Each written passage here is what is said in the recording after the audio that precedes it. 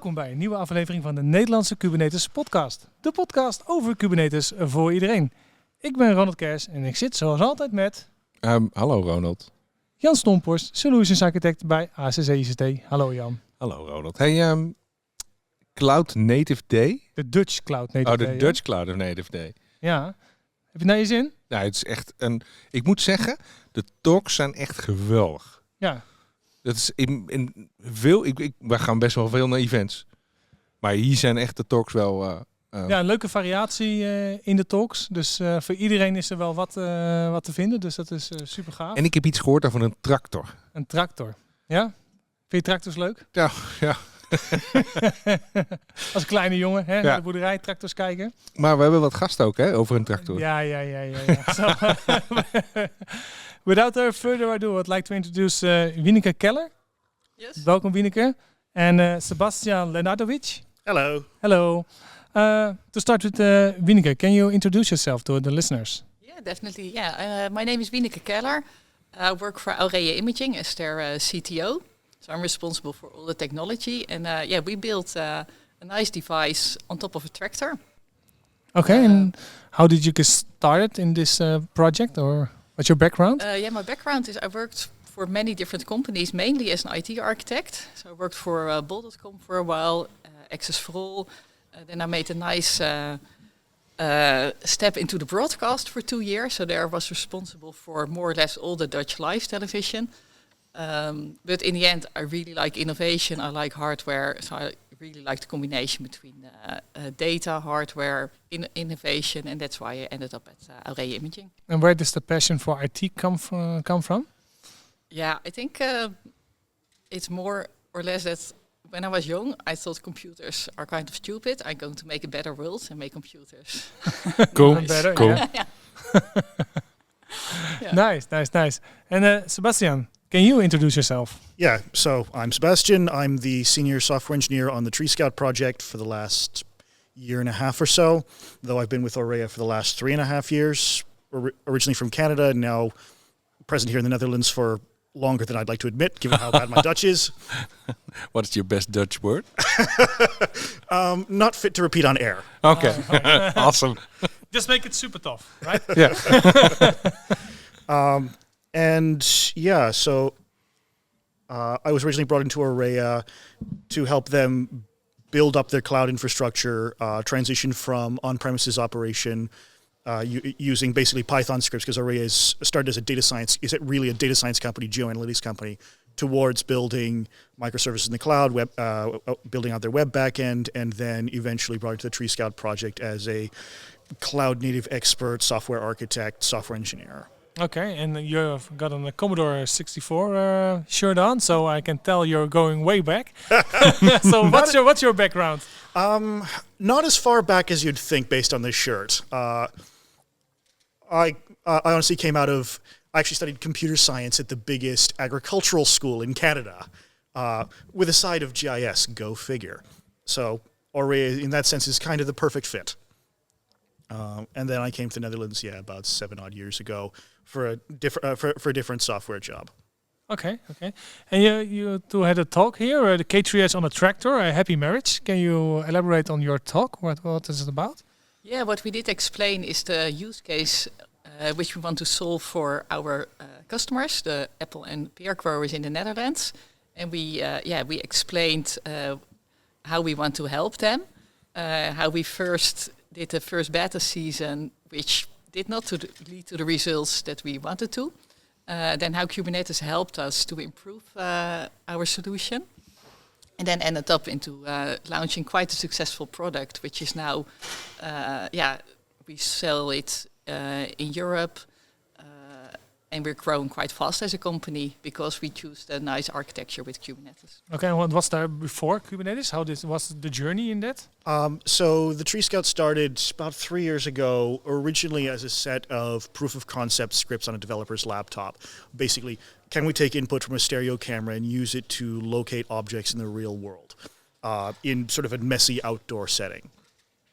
Turns out we could, so that started evolving into an actual all-in-one kind of turnkey software package mounted to the top of the tractor.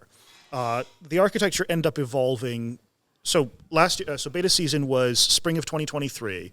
That was the first time we had sort of an all-up software and hardware package that we could actually put on a farmer's tractor and say, hey, go use it.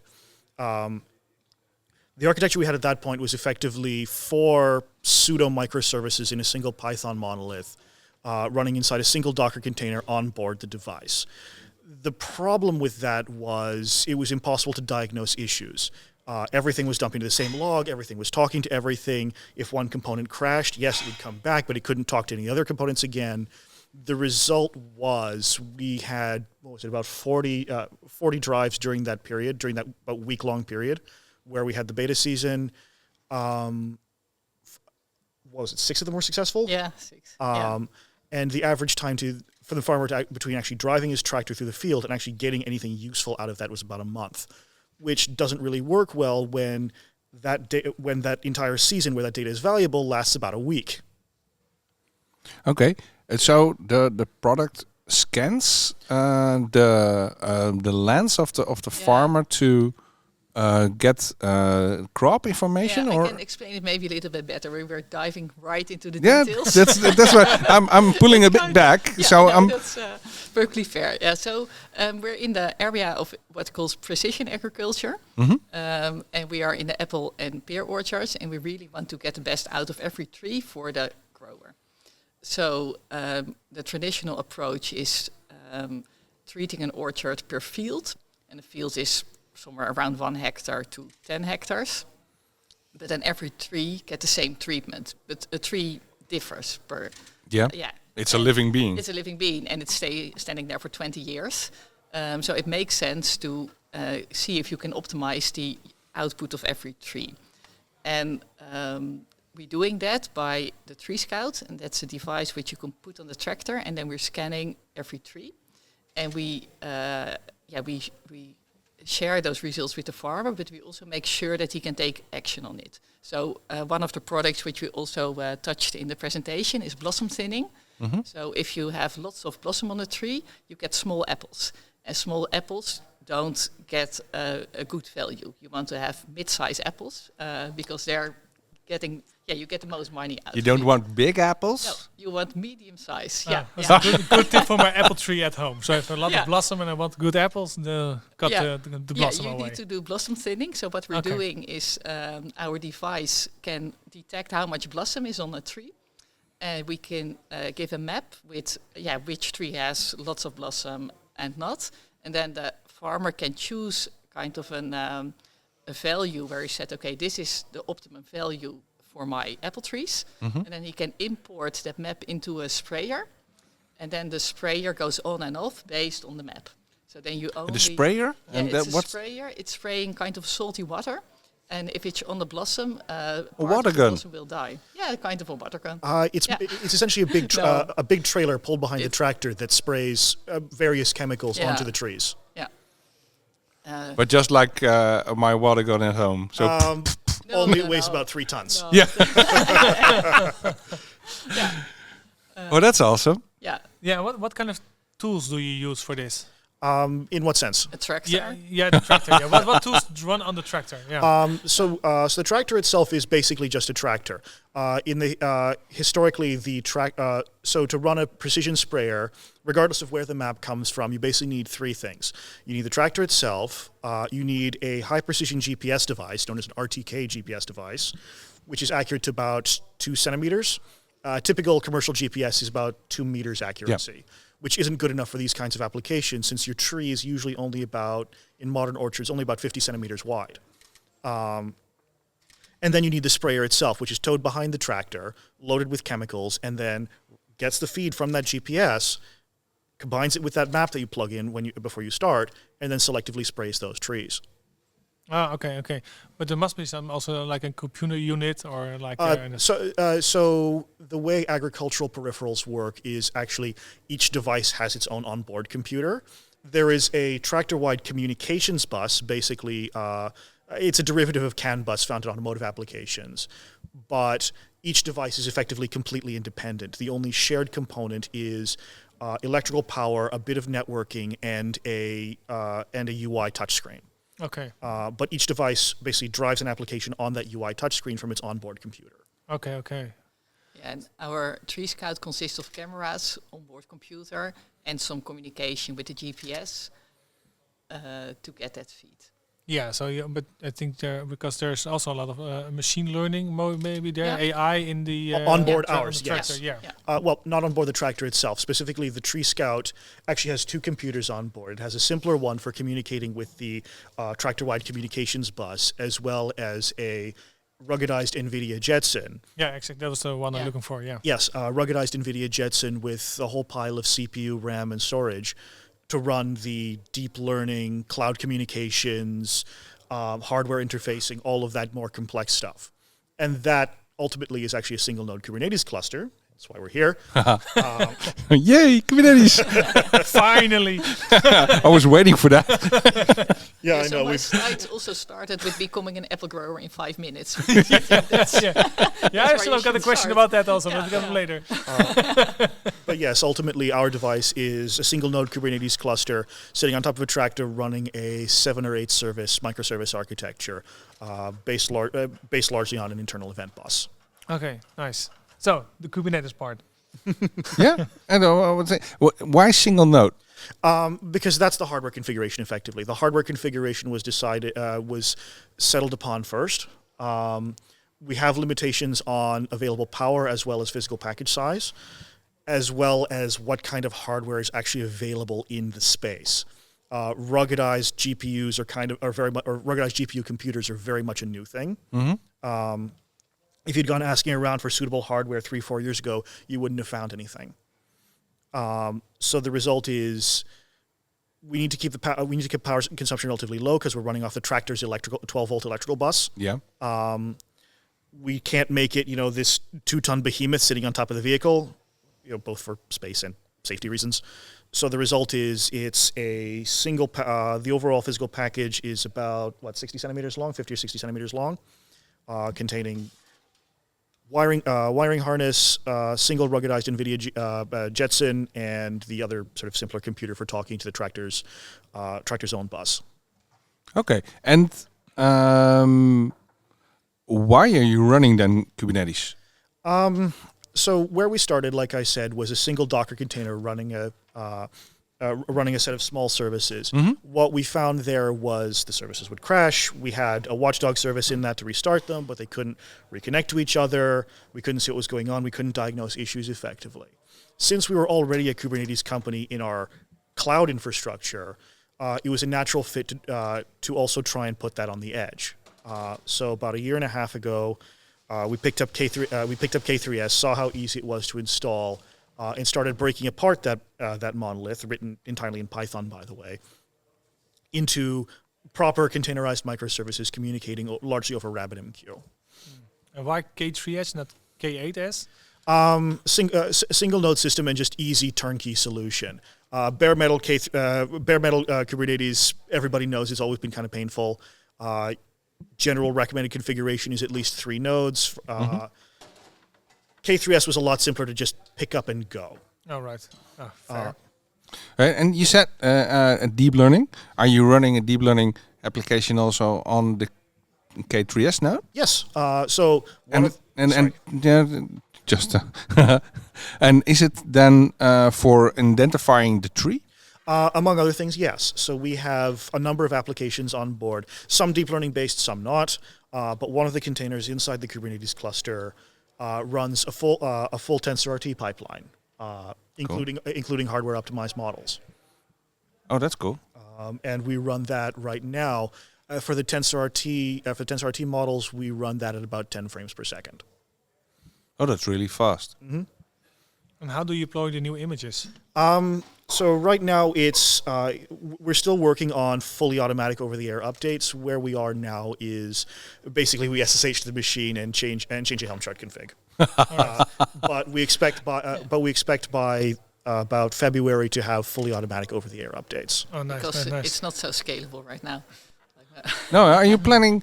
Because if that node dies, there's no application anymore. Correct. Are you planning something more resilient, or?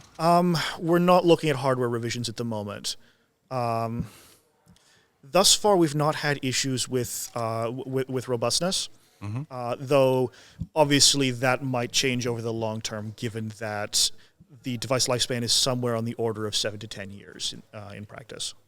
Yeah, but I can also imagine you have like something like Argo CDs running somewhere. Yes, so that's actually where our automatic over-the-air updates are going, is Argo plus OCM, because of course this is sitting on a farmer's tractor at the far end of a 4G connection. So traditional, this is actually why we opted against Flux, is because both stock Argo and Flux operate entirely on a push model. You can't have an agent-based solution, which means your downstream cluster needs to have a fixed IP address and be accessible over the internet at all times, which obviously isn't our case. We can't guarantee fixed IPs over 4G connection, so we added. That's why we chose Argo plus OCM, because that's the only, as far as I'm aware, only tool in this space that actually has sort of an agent mode, Nice. where it can where it can run based on a pull configuration. So then the device itself decides when it's going to receive an update, rather than the hub cluster trying to push an update to it. Yeah. Okay. Yeah, awesome. And you started this year with this. With Argo, yes. K3s we started about a year and a half ago, summer of 2023, basically after the initial beta season. And are you doing something about security also? Or is it not a question in this? So our threat, we've done some threat modeling. Our threat model's pretty basic, though, in that we're not harvesting anything that's sort of PII. And the data we gather isn't actually very valuable for a potential attacker. So our primary security threat is more along the lines of cryptojacking, botnetting, things like that. So more upstream supply side stuff. Yeah. So there we do take some precautions, but device security isn't a huge problem at the moment. And you said this has to run for 5 to 7 years. That's really long. Yes. And really long for that hardware also. Yes, that's so.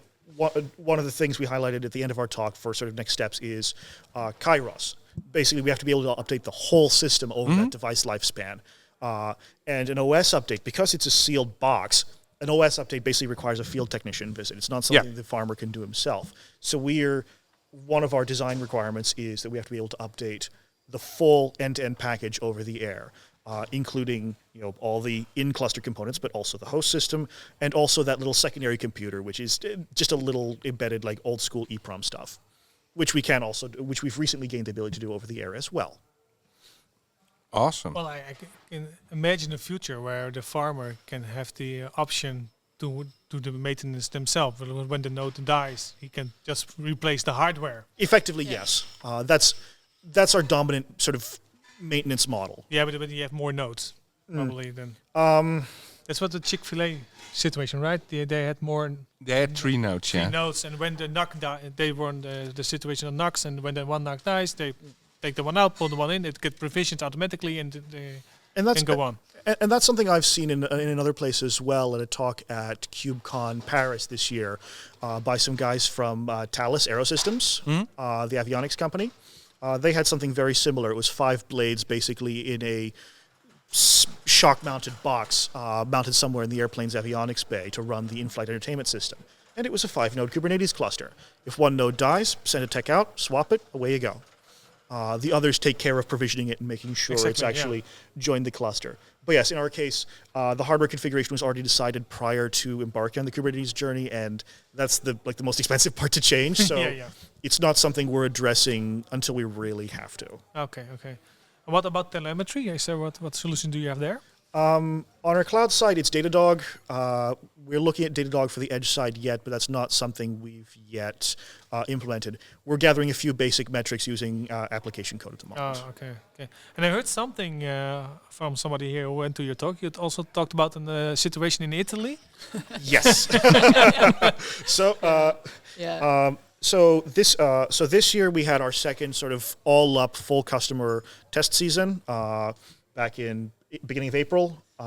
Basically, weather got really good all across Europe all at once in like the first week of April. So every single apple tree from Italy up to Germany was in bloom all at once. Scaling. Scaling, yeah. Yes, exactly. Yeah. Well, it's It you was talk a challenging period. you talk about seasonal businesses. Christmas rush ain't got nothing on agriculture. Yeah, exactly. So every tree was in bloom, so your cloud needed to scale Yep. Yeah. awesomely. Yep. The cloud side handled it fine. The problem we had, and this was the incident that you heard about, one of our developers, who shall remain nameless, except that I'm wearing his underwear, pushed a bug into our sort of primary camera interface code that caused the device to believe the cameras were upside down. Oh, right. Now, I'll give you a hint. In agriculture, the root of the tree is at the bottom. Yeah. So it didn't see the blossom. It did see the blossom. Right. It did see the blossom. The problem is it was placing it in the wrong place. Right. So all the especially on the wrong side, like it was switched to left and right, upside down. So it was quite so messy. the actually generated maps were garbage, completely useless, and there was no way to salvage them. But because we had this microservice architecture, we were able to spot. As soon as the user reported the bug, we were able to find it, fix it, and push it out to his device within, I think, about 4 hours. And he redrove the field that afternoon and got good results. Yeah, okay.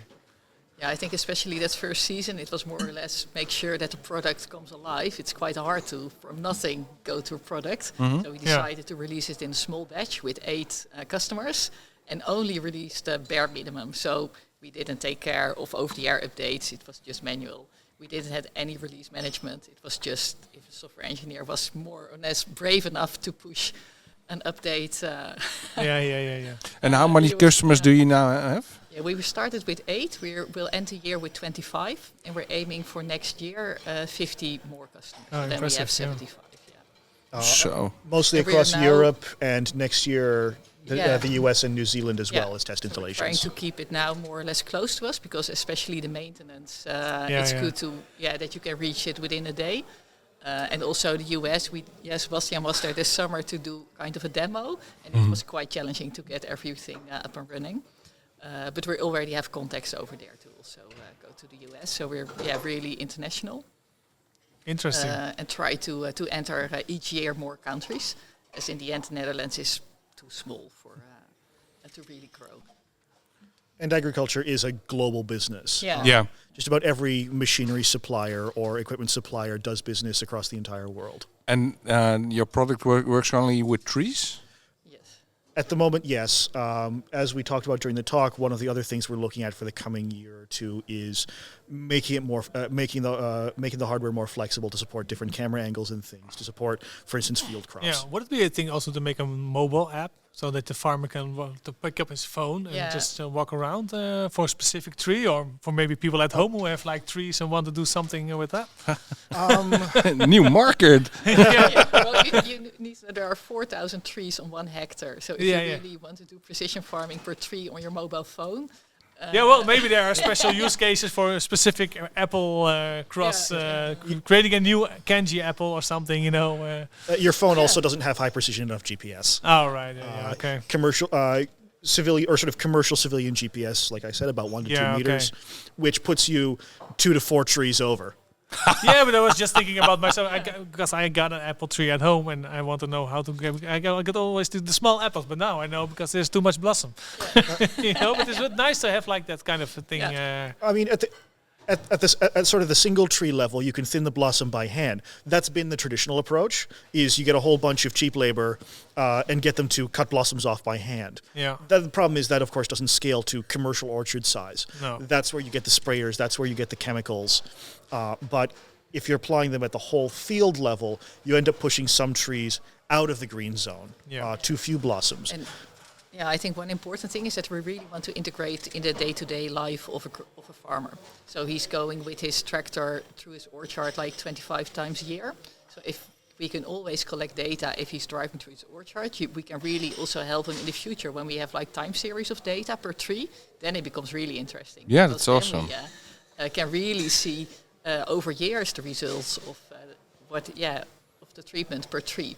So we're now really focusing on like just getting value out of 1 year, because we just started to selling that. But in the end, like probably next year we will also release yield estimation. So then we're going to detect apples and tell how much apples there are on a tree.